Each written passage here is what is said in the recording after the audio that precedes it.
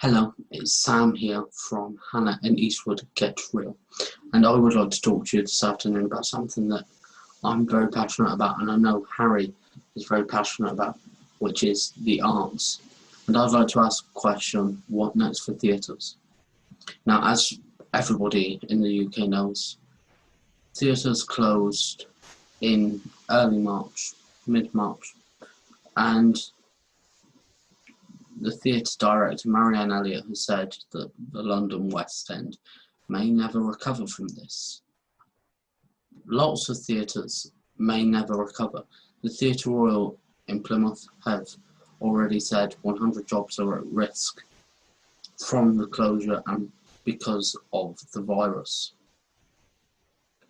And it's worrying that that happens.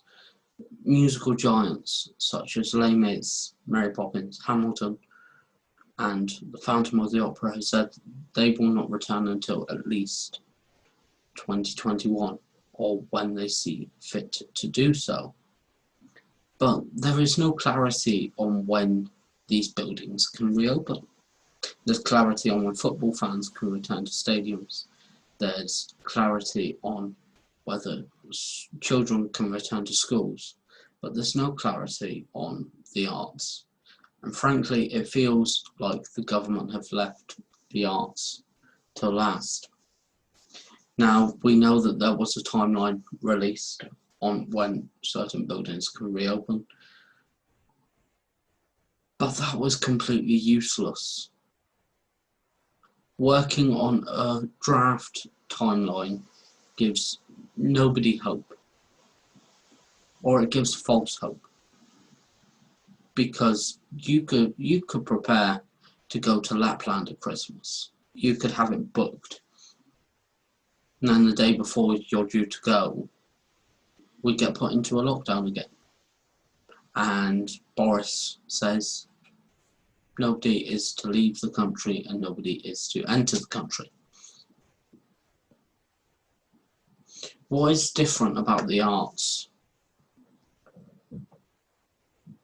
What is different from the arts than football or cricket or rugby or going to the pub?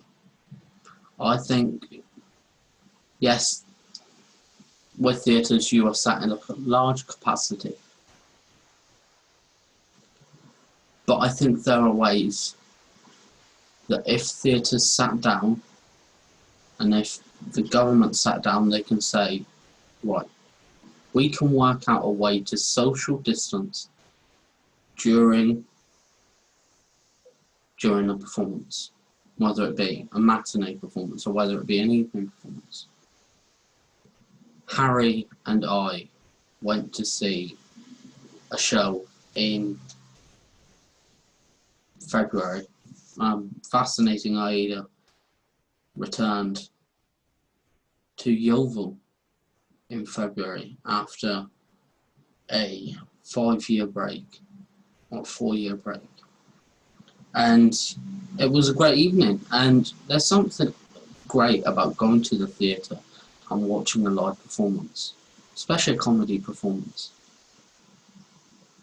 You get the buzz before, you get the laughs during, and then you just feel full after the performance, and you feel content with yourself that you have paid the money and you've watched a show that is your money's worth. And no funding of the arts during this virus leaves theatres in economic disaster. Leaves any art in economic disaster. It baffles me that Rishi Sunak says the best way to get the economy going is to give everybody 10% off to eat out. So you could go to McDonald's and get a Happy Meal for £2.49 or whatever. And McDonald's would then lose out on money because they are slashing their prices. But what about the smaller businesses? What about the other businesses that need to thrive as well? It's great going out to eat, but what about everybody else? Frankly, I think, and I have said this many a time, I think the way that the government have handled this pandemic has been frankly shambolic. I think if we are going into a second wave, which I think we are planning on it, we are preparing for it. We're not planning on it.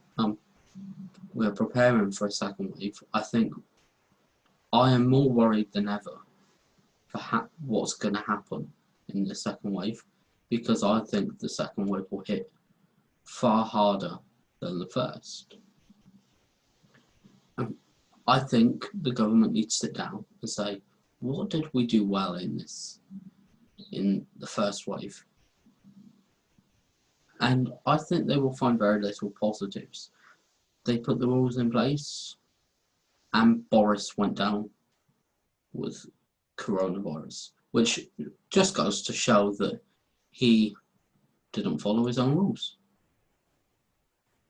But anyway, and finally, I'd just like to say about the amazing things that artists have done during lockdown to keep arts alive.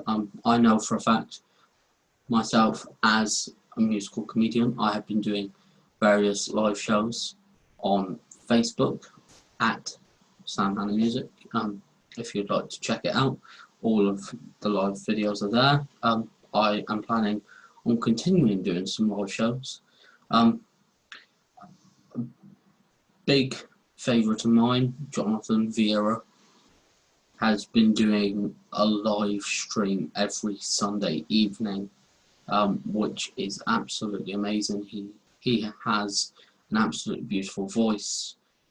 He's very talented. He's an ex-opera singer, I believe, and now he tours around the UK. And being a Christian, he mixes well-known covers of songs such as Piano Man,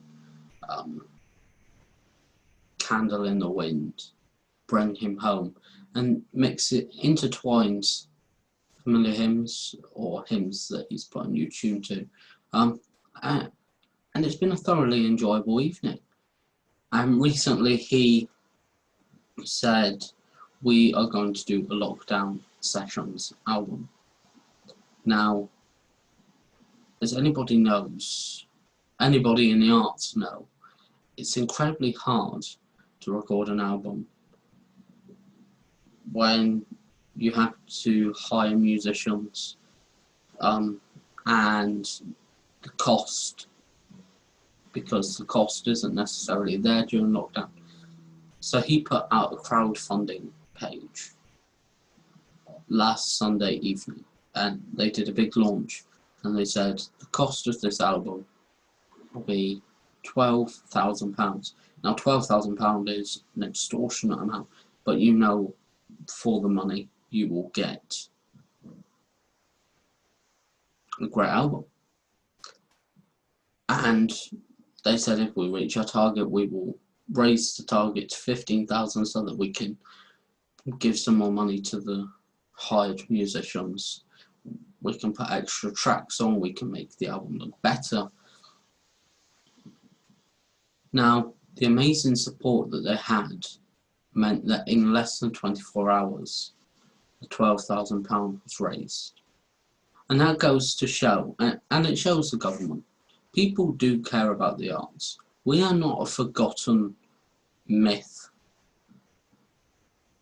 written in the wind. We are a force. And we are just as strong as footballers. Football, we are just as strong as any sport. Just because we do this for a living doesn't mean that we're not as important as people out on the front line or out on the high street. And finally, I think lockdown has also given me the opportunity to find some amazing young musicians and amazing other musicians who have been doing live streams during lockdown.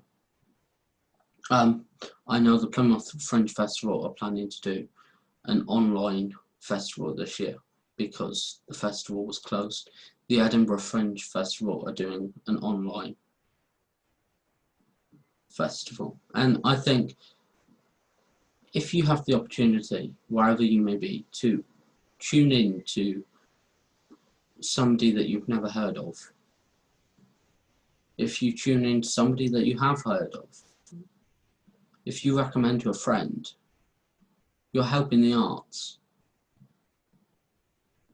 during this trying time, because any donations that are made will be helping somebody trying to get onto the next step in their career. And as I know, it's not very easy to get onto the next step and onto the next step and onto the next step, because so many people are trying. So, in short, I think Boris and the rest of his little mates need to pull their finger out and give us more clarity on what is going on with theatres, because there is no clarity whatsoever. And the arts and theatres and live music venues are just as important as any other venue.